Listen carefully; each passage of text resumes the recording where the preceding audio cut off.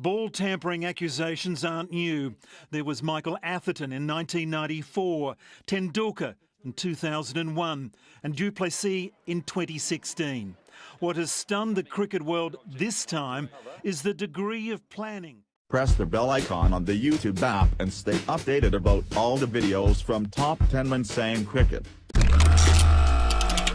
That concern about that, but he might well look a bit concerned when TV replays are shown to him of him getting his teeth into a knotty problem. What on earth was he doing here? Well, I mean, Shahid, do you constantly want to shoot yourself in the foot or what? It's just absolute stupidity. It can't be expressed. Look, I mean, look, there's 27 cameras at the ground. He's biting it like it's an apple. I mean, if you're hungry, go and get some food from the canteen. Look, what is he doing? That's just stupidity. He continues to court controversy. You know, he's had accusations of all sorts thrown at him in the past, and yet again he's done an act of absolute sheer stupidity, and I hope he pays for it properly. What do you think about that Afridi incident? Was it just before that we were saying, you know, this is a very impressive application for the job as Pakistan captain by Shahid Afridi. He's really got the guys going and galvanised, and then he does this. Just from a cricketing point of view, what's he actually trying to do? Well, he's got to be there. He's got to be trying to alter the face of the ball. Has to be. There's no other way you can describe it. It's not like he's not biting a piece of mud out of the ball or anything, or trying to get. He's gouging the ball with his teeth. And it's as simple as that. It's ridiculous. Coffee came with controversy in Cape Town. South Africa still digesting England's alleged attempts to alter the state of the ball to their advantage during yesterday's play. The ICC studied video evidence, including Stuart Broad stepping on the ball and Jimmy Anderson handling it here, and they exonerated England. Altering the ball can create reverse swing, a real weapon for bowlers. And this evening, one South African player raised doubts again over England's behaviour. There should be a formal complaint, because the ball did reverse after that, and there was obviously quite clearly a piece of the leather off the ball after he stepped on the ball, and it's not the first time it happened, so a little bit naughty. The ball was changed here at Lord's 2 years ago now, whatever it was. A lot of the problem there was the fact that no one was prepared to admit why the ball had been changed. We had to make educated guesses, and by and large those educated guesses were absolutely right because of the circumstances. But because no one actually admitted that, then a lot of money was wasted taking cases to court. How much money gets spent there? Immense amounts of money. And where does that money go? It goes into lawyers' pockets. That's a complete waste of the system and a waste of money. Now, had we had Lords prepared to admit, the authorities in general prepared to admit that something had happened under that regulation, the ball had been changed, and therefore the Pakistanis had been slapped on the hands as naughty boys, okay, we could accept the situation. We wouldn't have had to victimise anyone. We wouldn't have had to accuse anyone or suggest accusations to anyone. It's extraordinary to me that they haven't taken advantage of looking at the tapes, the footage put together by Chris Cowdrey, the huge amount of evidence that came out in that court case, the most dramatic of which was surely Don Oslier standing in the witness box and saying the ball was changed under law 42.5. Everyone in the world knows that covers changing the condition of the ball, and that means somebody damaged it, maybe one player, maybe more than one player. I don't know why they didn't take advantage of looking at that film footage and clear up this whole issue. Oh, steady on. The evidence that was given in court under oath strongly points to everything that's been suggested being pretty true. I don't know if I can say that legally, but I have done now. And so you get on and you solve the problem. You don't sweep it under the carpet, you solve it. It would be good for everybody if it was just sorted out, and that would be to get Derek Murray's report and say, now we'll tell you, that afternoon the ball was changed because somebody cheated. Don't just continue covering it up.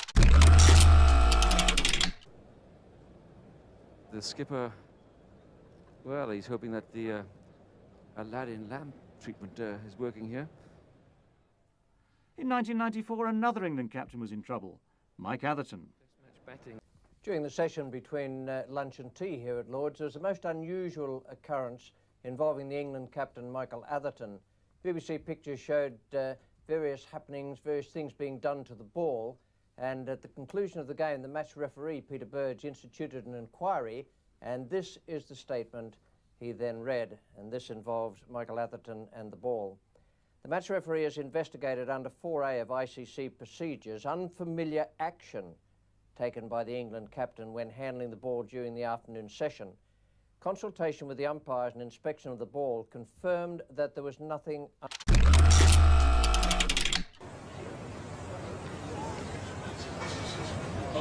Well, it's the, yeah, just having a little pick of the seam there too, Umar Gul. Just with that right thumb, just having a little pick of the seam. It's good effort. If you can hide it away, well done. Oh, it was like a magician where you get the attention on something else, which is his other thumb, but you're doing the job with the one they're not looking at. So he's hiding the ball with the left hand, but it's the right thumb that you want a little look at here. I'm just moving slowly across the seam of the ball. Yeah, good stuff, like it.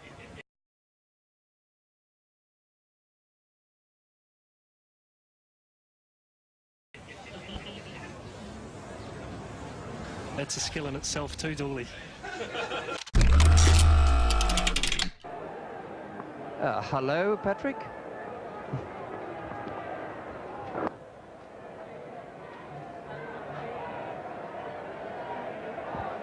It's interesting, 4 for 232.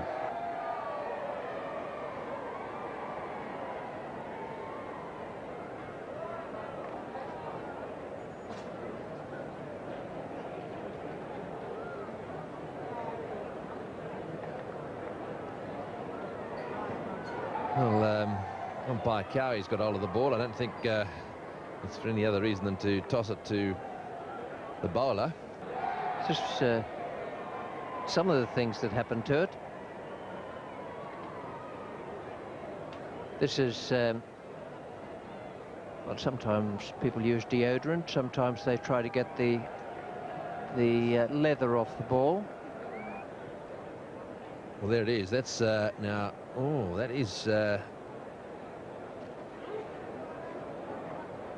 I don't think is acceptable. In fact, I'm absolutely certain that's not acceptable.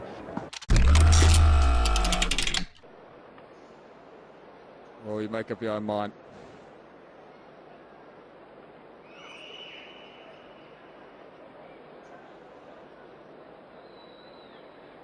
The issue there is that zip. That's the problem.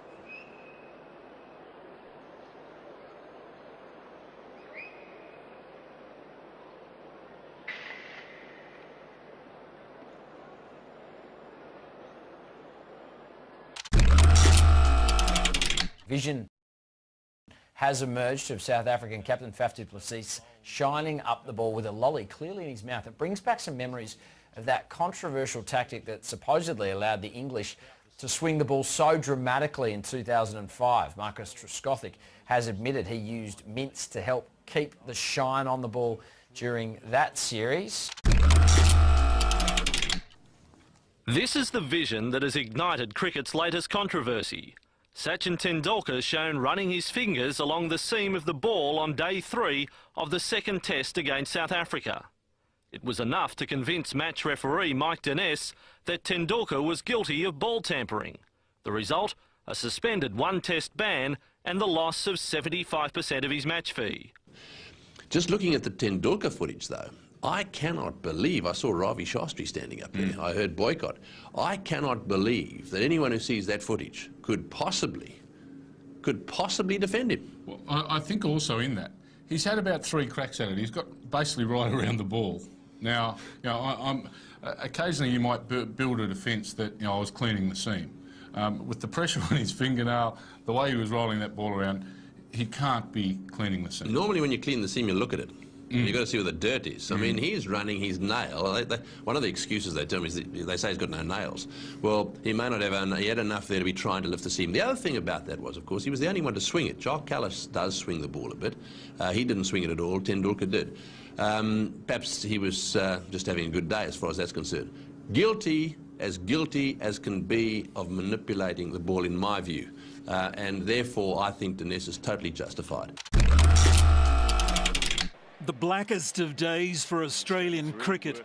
A piece of yellow tape and batsman Cameron Bancroft is caught red-handed.